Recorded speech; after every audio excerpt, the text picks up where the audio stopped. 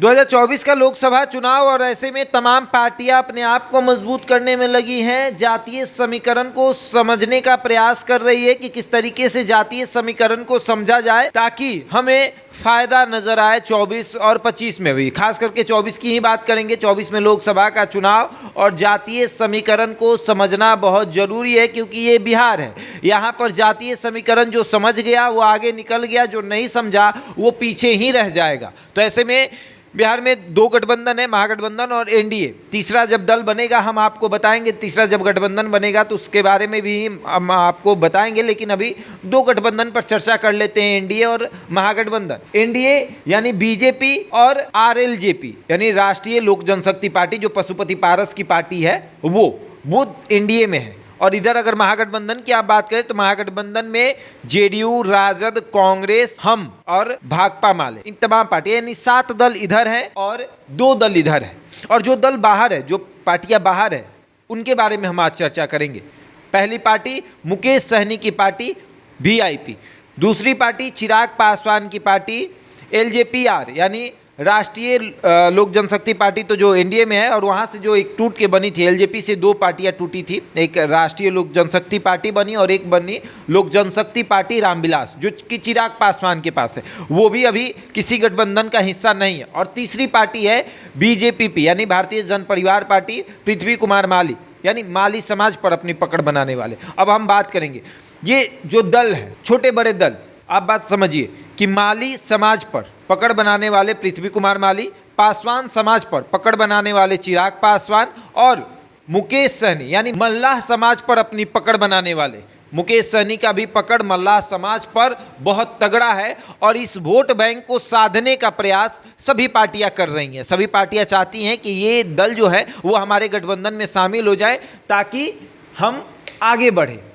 और इसके लिए भाजपा हर संभव प्रयास कर रही है कि जो छोटी छोटे पार्टियां हैं, छोटे छोटे जो दल हैं, वो हमारे साथ आए, हमारे साथ खड़े रहे। अब एक बात समझिए, आपकी एक तरफ माली समाज के साथ साथ कुशवाहा समाज पर अपनी अच्छी पकड़ बनाने वाले पृथ्वी कुमार माली को भाजपा अपने साथ रखी है। उपचुनाव में ये उनको समर्थन करते हैं और भाजपा जीत कर भी आती है। अब 2024 में क्या होगा, पृथ्वी कुमार माली किसको समर्थन करेंगे? जब हमने उनसे बात किया था तो उन्होंने कहा कि बेहिचक हम भाजपा को समर्थन करेंगे। तो इनका तो क्लियर है कि ये भाजपा को समर्थन करेंगे। लेकिन चिराग पासवान और मुकेश सहनी ये किसे समर्थन करेंगे? मुकेश सहनी अभी भी 2 नाव में सवार हैं। अभी भी वो ये फैसला नहीं कर पाए हैं कि हमें समर्थन किसको करना है। कभी कहते हैं कि बीजेपी अच्छी है, कभी कहते हैं कि महागठबंधन अच्छा है, लालू यादव के विचारधारा से हम सहमत हैं। और वहीं बात करें तीसरा तो चिराग पासवान की, चिराग पासवान भी अभी कंफ्यूज हैं कि उन्हें करना क्या है। कभी एनडीए की बात करते हैं, कभी कहते हैं कि मैं मोदी का हनुमान हूँ, तो कभी तेजस्वी के इफ्तार पार्टी में पहुंच जाते हैं। कंफ्यूज है अभी भी। लेकिन जो सबसे क्लियर नेता है वो है पृथ्वी कुमार माली। वो साफ तौर पर ये कह चुके हैं कि हम पूरे समाज के साथ यानी कुशवाहा और मालियों का जो वोट है वो मैं बीजेपी को दिलवाऊंगा। और 2024 में इसका असर आप देखिएगा किस तरीके से वोट परसेंटेज जो है वो बढ़ेगा।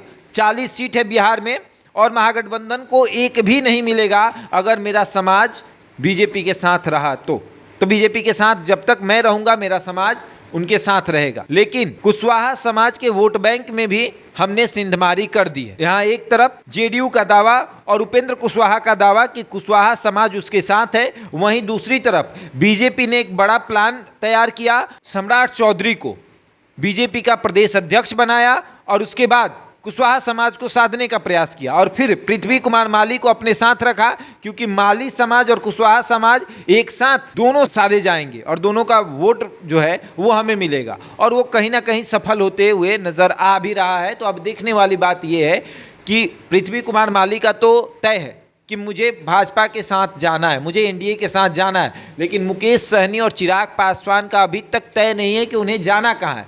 2024 पास आ चुका है, चुनावी बिगुल बज चुका है और अब गठबंधन होने को तैयार हैं। तमाम पार्टियां अपने आप को मजबूत करने में लगी है। तमाम गठबंधन जो है वो अपने आप को मजबूत करने में लगे हैं। छोटे बड़े दल को अपने गठबंधन में शामिल कर रहे हैं ताकि 24 में ज़्यादा से ज़्यादा फायदा हो सके।